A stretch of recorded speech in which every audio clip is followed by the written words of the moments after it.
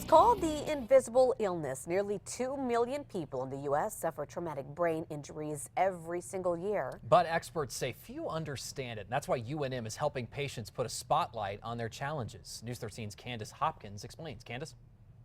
Crystal, Adams, suffering a TBI changes a person's life forever. A simple art display could show you how.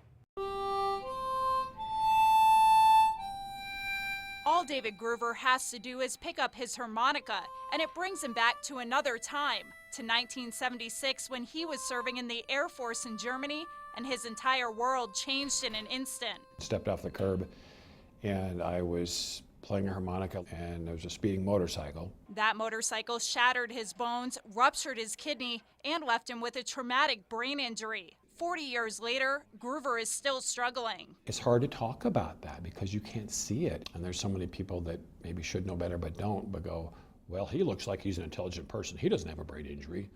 It's like, no, I really do. Unmasking Brain Injury hopes to educate people on the problems someone with a traumatic brain injury faces. The art project at the UNM Brain Injury Resource Center is giving their struggles a voice. It's really just giving that survivor a voice to tell their journey and to tell their story, because every single one is unique. The masks will be on display at the Roundhouse for Disability Awareness Day on January 26th.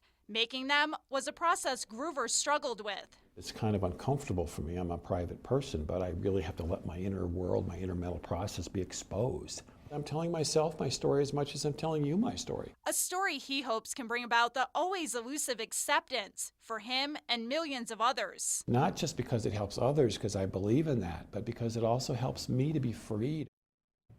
The mask project was originally done with soldiers returning from Afghanistan and Iraq. This is the first time civilians have taken part. Back to you, Crystal. All right, thanks, Candace. Pretty interesting. Now, besides the masks being at the Roundhouse on January 26th, they will also be on display at UNM's Neuroscience Day in March.